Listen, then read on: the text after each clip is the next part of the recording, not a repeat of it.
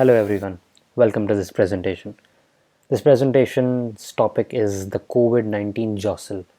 It is an incisive and a very brief report on the effects of the pandemic on the Indian economy. This report will give you insights on the trends and the basic awareness about the COVID-19 breakthrough, all the effects that have taken place due to this, the jerks that the Indian economy has to face because of the effects which are really major. The comparisons have also made which are really lucid to understand. I hope everyone who is hearing news of this COVID-19, every numbers increasing on a daily basis, it's not just about the numbers, it's the economic, the humanitarian, and all kinds of perspectives which we need to take into consideration once we discuss about this breakthrough. So before deep diving into the kind of elements of this report, let me tell you a little bit about myself. My name is Sachin Yadav. I am an MBA student at IIM Sirmaur, which is situated in Himachal Pradesh, India. I have done my graduation in management from Delhi University. I have specialized in finance, so certain elements which I major in is equity research, derivatives, investment portfolios, international finance, and other things which really interest me. I have been associated with certain corporates, namely Bata India, Ingersoll Rand, Batliwala and Karani Securities, Vardhan Consulting Engineers, and have done my bit of research on various projects relating to economics and financial aspects. I am humbled by your presence in this presentation, so let's discuss the main elements of this report. So basically, we will talk about three things in this report. Firstly, we would take the comparison of the mortgage crisis which took place from 2017 to 2019, which was a major one. The whole recession aspect, we will compare it with the recession which we are talking about will take place due to coronavirus 19. The other element would be we will do a company analysis of Larsen and Toubro, which is an infrastructure company, and also simultaneously we will take into consideration the whole sector of the infrastructure, and we will discuss about the trends and elements which have been affected due to coronavirus. I hope the people interested in economics, finance, and all these research areas really would like this insightful report. So in this slide, basically we compare the whole scenarios of COVID-19 and 2008 crisis. These are the stock prices which we can see. The first two graphs on the top are the 2008 crisis, BSE Sensex and Dow Jones, and just below those are the COVID-19 affected graphs of the Sensex stock prices and the Dow Jones. So basically BSE Sensex takes into consideration 30 stock prices, namely due to the market capitalization which is the highest among the Indian companies, and those stock prices and market valuations are considered in the BSE Sensex.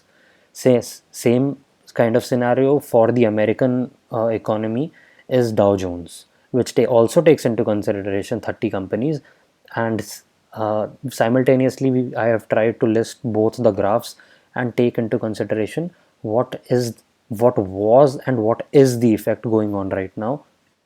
So talking about or comparing these both scenarios of the recessions, the housing crisis was basically a financial crisis which started into 2007, and in 2008 when Lehman Brothers in September of 2008 declared bankruptcy, the market started crashing till 2009, and in 2009 till March it kept on crashing the whole equity market. And also during that period in the bond market also we saw a huge rise in the yield rates, the interest rates basically. And due to that, just after the bankruptcy of Lehman Brothers, after a month we saw an inverted yield curve and the yields were very much high. And looking at these top two graphs, we can clearly see how it crashed through the whole scenario in the 2008 year till 2009.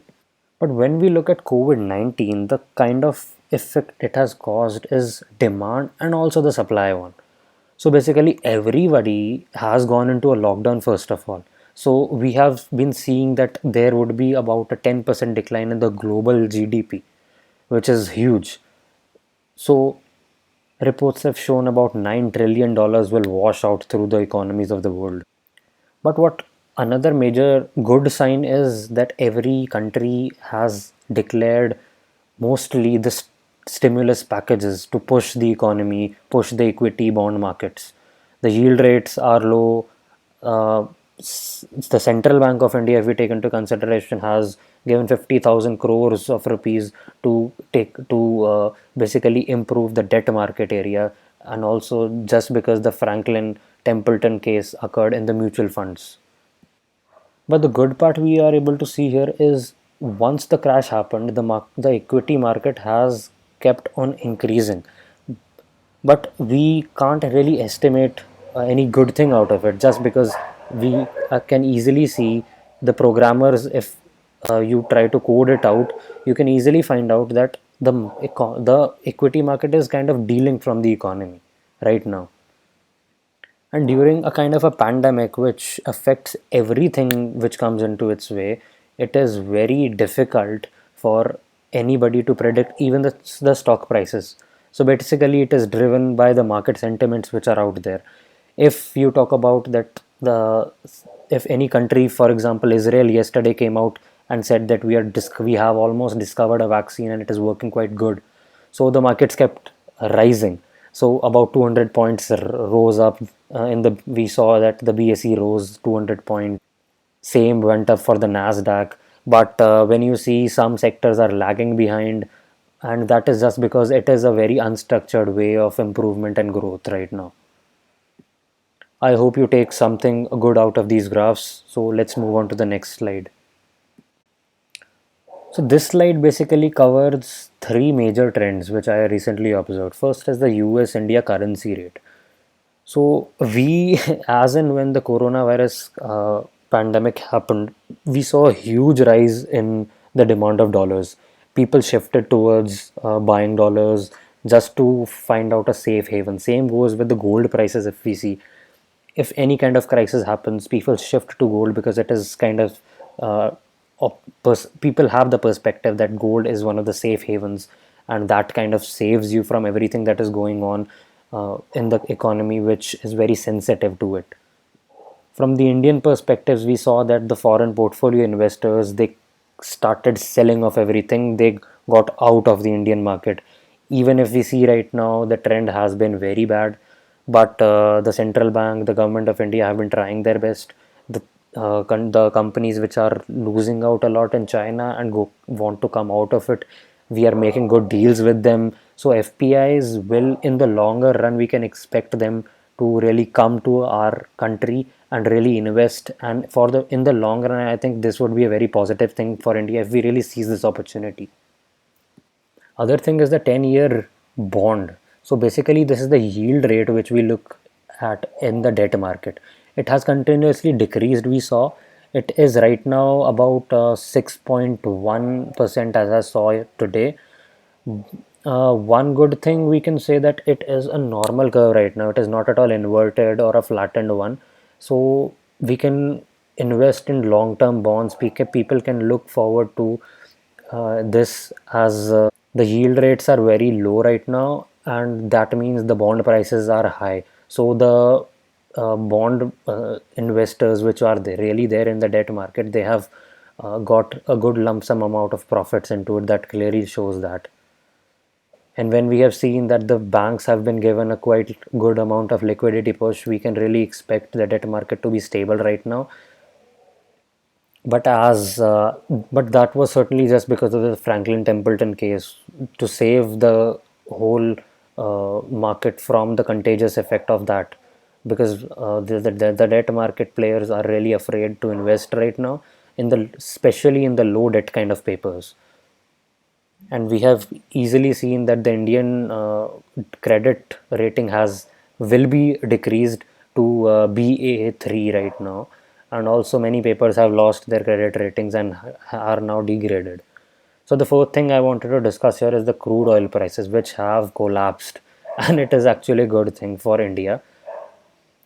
As discussed in this little excerpt that I've written right now, clearly shows that this is one thing that will control the kind of salary cuts or loss of jobs which will be there due to this whole pandemic, crude oil crashes will kind of give a kind push to the economy right now.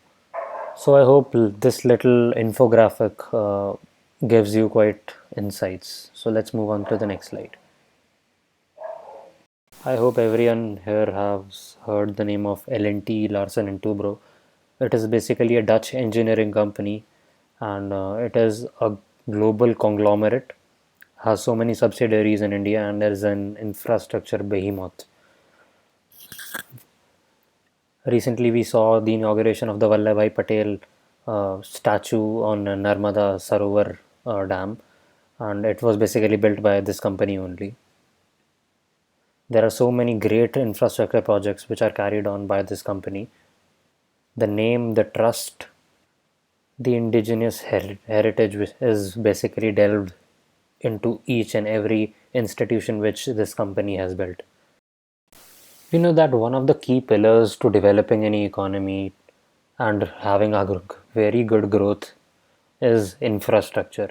There are so many research reports, so many debates, so many news articles on the building up of the infrastructure in India. There are so many areas which needs quick care and immediate care for infrastructural development. And basically, the Indian government and the companies who are involved with these projects have been doing their bit a lot. And due to that, in 2018, we observed that India was ranked 44th out of 167 countries in the World Bank's Logistics Performance Index and second in the 2019 Agility Emerging Markets Logistics Index. Also, for talking about the foreign direct investments in the construction development sector, from April 2000 to December 2019, we observed 25.37 billion US dollars of investments. And one of the recent policies into it by the government has been investment of 50 lakh crore rupees, which is $750 billion for railways infrastructure between 2018 to 2030. Look at the major players in the infrastructure sector. We have listed down five key players. These are the certain indicators in which these peer comparisons can be done. First one is net sales. We can easily see that Larsen and Toubro is the behemoth in this category. Not just this category, be it profit before depreciation, interest and taxes, profit after tax, earnings per share. In each and every category, Larsen and Toubro has dominated. The newest players are Ircon International and Rail Vikas Nigam, which are continuously developing and making their mark in this industry. This is the segment-wise split of the company. The company Larsen and Toubro has its subsidiary in all these areas, but we will talk about the infrastructure element in this presentation. We also know the recent merger acquisition of Mindtree by L&T, which falls in the IT category, the telecom sector here. And if you see the annual report, it is easily categorized into the elements there. This particular slide, the revenue composition of Larsen and Toubro has been showed. In the first pie chart, segment-wise split has been given for the company, the major revenues which are earned from specific sectors. So we know that 2007 was the year when mortgage housing crisis started, and then there were four major sectors from which the company was earning its revenues. But when we compare it with the COVID-19 pandemic, as of today, the company has diversified a lot. In 2007, it was earning 74% of its revenues from construction and engineering. But today, it has decreased it and has consolidated it into infrastructure sector. And a lot of its income has been coming from services, hydrocarbons, defense and engineering, power, and telecom, and etc. So at that point of time, the financial crisis, which was the demand side crisis, affected the company in a very different way. Today, the company has its other sectors which could save it from the pandemic COVID-19, which is right now. As the lockdown has completely shut down every manufacturing activity, every such sort of activity, every factory, every company's office is shut. But there are service industries and other things which will keep on giving the revenues to Larsen and Toubro. Recently, we saw the annual report of Reliance Industries also. We saw that the crude oil price decrease which basically affects the company a lot because it is into petrochemicals.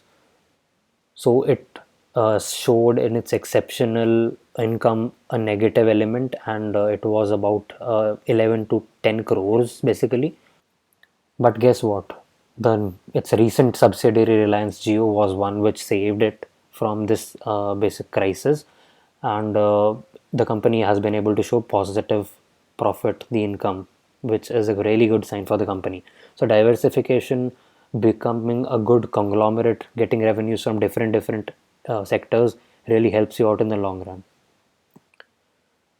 In this particular slide, basically the stock prices has been shown of the infrastructure sector. The top two charts shows the scenario from May 2019 till April 2020. So the Larsen and Toubro stock prices and the stock prices of GMR Infrastructure, Ircon International and Rail Vikas Nigam have been shown in the first two charts above. And in this the other chart, which covers the 2008 housing crisis, the stock prices of three companies are given. Ircon International and Rail Vikas Nigam were not listed at that point of time. That is why their indices are not here. We can see in 2008 housing crisis chart that in September, as and when Lehman Brothers bankruptcy happened, the stock market collapsed, and that also happened with these companies there. We can see that Larsen and Toubro's share dropped a lot at that point of time, and also the other companies shares dropped drastically, but there was a kind of a trend basically. Right now also the market collapsed, but it has shown recoveries, and it can easily be seen just in the month of April. The recovery is there, but since the market is a lot delinked, basically the equity market which is delinked, so it is driven by market elements, market sentiments, I'm really sorry, waiting for the vaccine, any optimistic news which comes in, the market boosts up. Anything that happens which gives a basically pessimistic kind of an opinion, the perspective turns to bearish. In this slide, we will talk about the market capitalizations of the infrastructure sector companies which were affected due to the pandemic. The time period is May 2019 till April 2020. So, what is market capitalization? Market capitalization basically is the number of outstanding shares. Outstanding shares are the shares which are authorized, issued in the stock market and are traded. And those are multiplied with the market price, which is the stock price, current stock price of the company in the market. And that gives you the value of the company. And these are basically the valuations of the company, which shows the strongness, the robustness, the controllability of the company basically. And in April, we can clearly see that the valuations have fluctuated a lot. But there were a lot of infrastructure projects, power sector projects, also in for Indian defense segment. There were projects which were given to Larsen and Toubro, and that has very much given it a boost in the stock price also and in the valuation. So if we deep down and study for other companies in infrastructure, there were projects, and Larsen and Toubro has been very much known for its projects.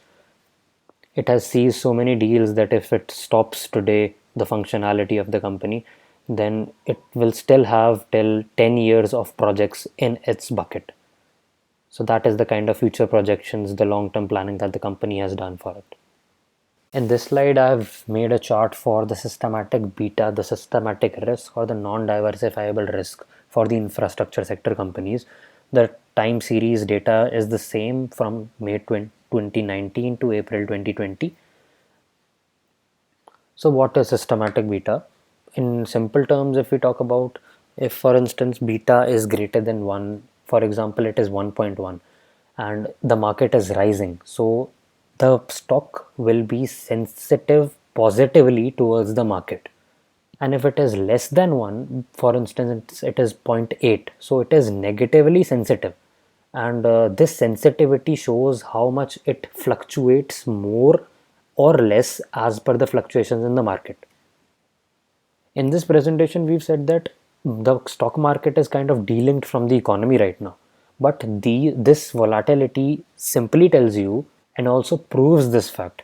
As you can clearly see that this yellow line is Rail Vikas Nigam, and its systematic beta was very much high.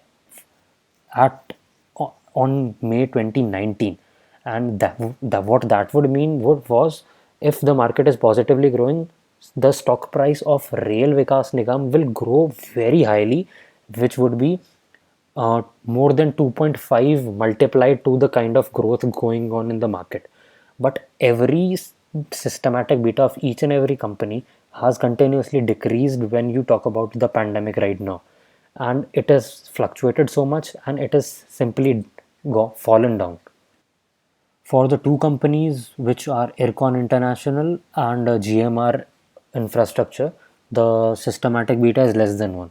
So if there is any growth in the equity market, uh, the systematic beta is negatively sensitive to to this market. And it clearly shows the kind of independent scenario for each and every stock which has been created in the stock market today, which would clearly mean that it has been delinked. Anything, any kind of news that you're hearing that the market is rising because of this fact or that fact, that is not clearly a fact due to which the market is fluctuating. It is simply because of the market sentiment which has been created due to this crisis. So in this final slide, I have maintained a chart for the PE ratio impact due to the pandemic. And what PE ratio clearly means is, the formula for it is the market price per share divided by the EPS. And it clearly shows the growth potential of that stock. It is basically used for relative valuation purposes for peer-to-peer company comparisons, and it is a valuation ratio. If you say that the PE ratio is 15 and the industry average PE ratio is 10, then you say the stock is overvalued. So maybe you will not buy that stock. And if it comes down from the industry average, for instance, the industry average comes down to 9 and your PE ratio comes down to 5. So you would say the stock is undervalued and it is a good time to buy it. So if it is overvalued, you sell it. If it is undervalued, you buy it. The trends have shown that the PE ratio have decreased. I'm sorry, it has decreased, and that has degraded the relative valuations over the industry. And they have been increasing for Larsen and Toubro, as I've mentioned that there was a lot of projects which the company could seize with the government basically, and this has been given it a really solid ground. And the stock price, the valuations, and positive impact for the infrastructure company has been really good. So even though many companies in the infrastructure sector, the construction sector have been following a negative trend, we have seen that for Larsen and Toubro, comparing it with the industry average, it is growing better, far better than its competitors. I would like to thank each and everyone who followed through this presentation with me. Thank you so much for your valuable time. Really appreciate it. If you have any suggestions or feedbacks, you can connect with me on social media, be it Instagram or LinkedIn. My credentials are the same, Sachin Yadav. Thank you so much. Bye.